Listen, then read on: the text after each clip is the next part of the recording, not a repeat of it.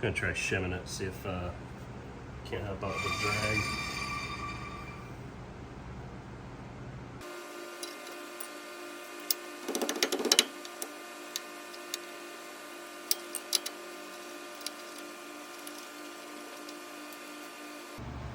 So I had to run down to the hardware because the hole wasn't fitting over the threads on the keeper bolts there. Let's see. Can't really see it. Had two washers there.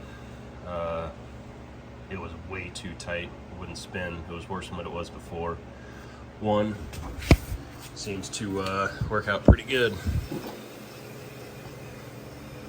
A lot better than what it was.